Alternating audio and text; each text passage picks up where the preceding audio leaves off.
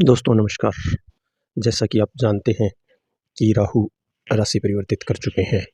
30 अक्टूबर सन 2023 को राहु ने राशि परिवर्तित करके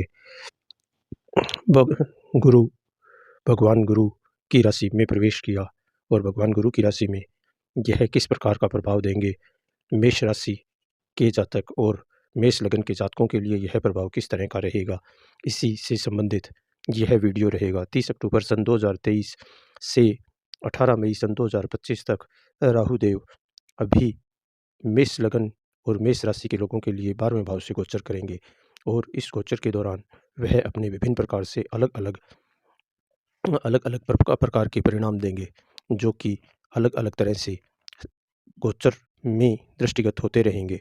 जहाँ तक हम जानते हैं कि 12वें भाव को धर्म का क्षेत्र कहा जाता है और इसे विदेश के लिए भी देखा जाता है।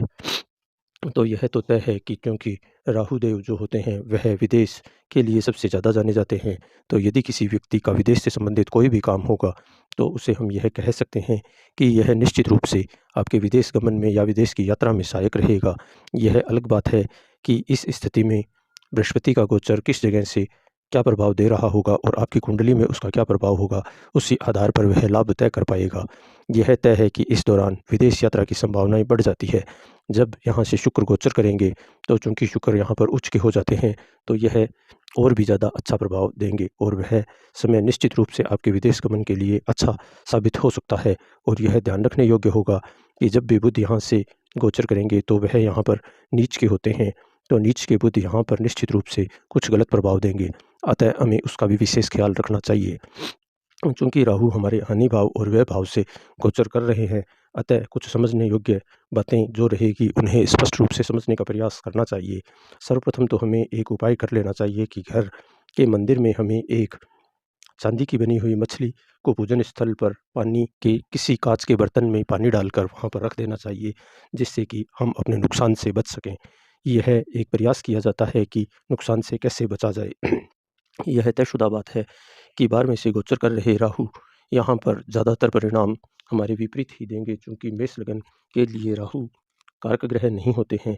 अतः राहु के इस समय 12वें भाव से गोचर करने से वहाँ से आने वाले प्रभावों में नकारात्मकता और सकारात्मकता जिस जिस तरह से स्पष्ट है हमें नज़र आएगी, हम उन्हीं पर चर्चा करेंगे। राहु यहाँ से आने वाले समय में 3 अलग अलग नक्षत्रों से गोचर करेंगे, जिसमें सर्वप्रथम वह रेवती बुध के नक्षत्र से गोचर करेंगे, अर्थात उस समय बुध जहाँ से गोचर कर रहा होगा उसका प्रभाव देखकर ही राहु का उचित प्रभाव निकाला जा सकता है। इसी तरह से उसके बाद में वह 8 जुलाई सन 2024 से उत्तरा भाद्रपद शनि के नक्षत्र से गोचर करेंगे, अतः उसका भी प्रभाव उस समय शनि की स्थिति को देखकर ही निकाला जाएगा। और रहा बिल्कुल अंत में 16 मार्च सन 2025 से लेकर 18 मई सन 2025 तक पूर्वा भाद्रपद अर्थात बृहस्पति के नक्षत्र से गोचर करेंगे। उस समय बृहस्पति जिस तरह से गोचर कर रहे होंगे उसी हिसाब से इसका स्पष्ट प्रभाव देखा जाता है, जिसको भविष्य में आने वाली वीडियोज़ में समय समय पर आपके सामने स्पष्ट किया जाता रहेगा। सर्वप्रथम समझने और देखने योग्य बात यह है कि राहु की 3 दृष्टियाँ होती है।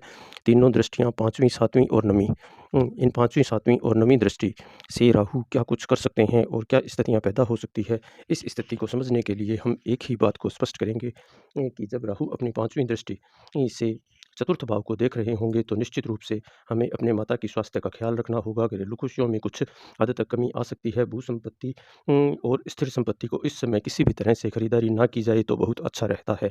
वाहन आदि में दिक्कत आने की पूर्ण स्थिति रहेगी, जिससे कि मानसिक शांति और सुख सुविधाओं की कमी उत्पन्न होगी।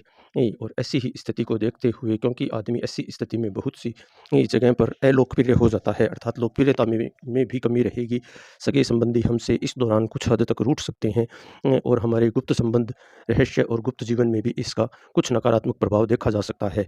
इन्हीं स्थितियों से बचने के लिए हम एक प्रयास यह भी कर सकते हैं कि हम किसी भी कीड़ी नगरे पर गुड़ और तिल से बनी हुई कुछ टुकड़ी या सक्रिया गुड़ जो आता है उसमें तिल मिलाकर उसे जब तक हम कीड़ी नगरे पर डालते रहते हैं तो हमारी गुप्त स्थिति में किसी तरह की कोई भी दिक्कत नहीं आती है।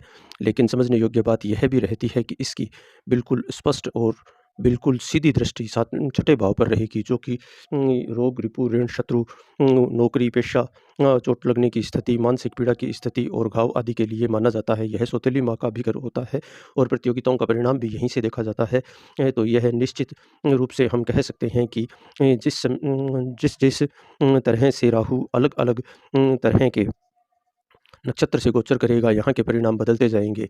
यह समझने योग्य बात है कि जिस समय बृहस्पति के नक्षत्र से यह गोचर कर रहा होगा, उस समय यहाँ से हमें पॉजिटिव रिज़ल्ट मिलेंगे। जबकि जब यह शनि के नक्षत्र से गोचर कर रहा होगा, तो यह निश्चित रूप से यह कहा जा सकता है कि चूँकि शनि हमारे लाभ भाव के और कर्म भाव के मालिक होते हैं, अतः यह हमें नुकसान नहीं होने देगा। इसी तरह से जब यह बुध के गोचर से बुध के नक्षत्र से, जो कि अभी इसने प्रारंभ कर दिया है, वहाँ से तब गोचर कर रहा होता है, तो यह तयशुदा बात होती है कि हमें छोटे रोग और गुप्त रोगों से कई बार टकराना पड़ता है। कई बार हमारे प्रति गुप्त प्रकार की रचनाएँ रची जाती है, जिनसे भविष्य में हमें नुकसान होता है और हमें अपमान और ऋण आदि लेना पड़ता है। यह हमारे आयु के भाव 8वें भाव पर भी दृष्टि रखेगा, जिस कारण से निश्चित रूप से यह हमें कुछ हद तक तकलीफ़ें देगा। चूँकि यह भाव गर्त का भाव होता है, अतः इस भाव में जब राहु की दृष्टि जाती है, तो हमें सर्वप्रथम यह ध्यान रखना चाहिए कि राहु की जो भी नमी दृष्टि है, उस दृष्टि के चलते यहाँ पर हमें निश्चित रूप से सरकार के द्वारा किसी प्रकार के दंड को भोगना पड़ सकता है और ससुराल के द्वारा भी किसी प्रकार के दंड को भोगना पड़ सकता है। अतः इस दौरान हमें सरकारी और ससुराल पक्ष से पूर्णतया सचेत रहना चाहिए। और गुप्त रूप से रखे हुए धन के चोरी होने की भी ऐसी इस समय स्थितियाँ उत्पन्न होती है। अतः उन स्थितियों पर भी हमें विशेष ध्यान रखना चाहिए। भविष्य में जैसे-जैसे यह जिस नक्षत्र से गोचर करेगा, आपके सामने उस गोचर के साथ में अलग से प्रभाव स्पष्ट कर दिए जाएँगे। इन्हीं शब्दों के साथ आज मैं धन्यवाद चाहूँगा।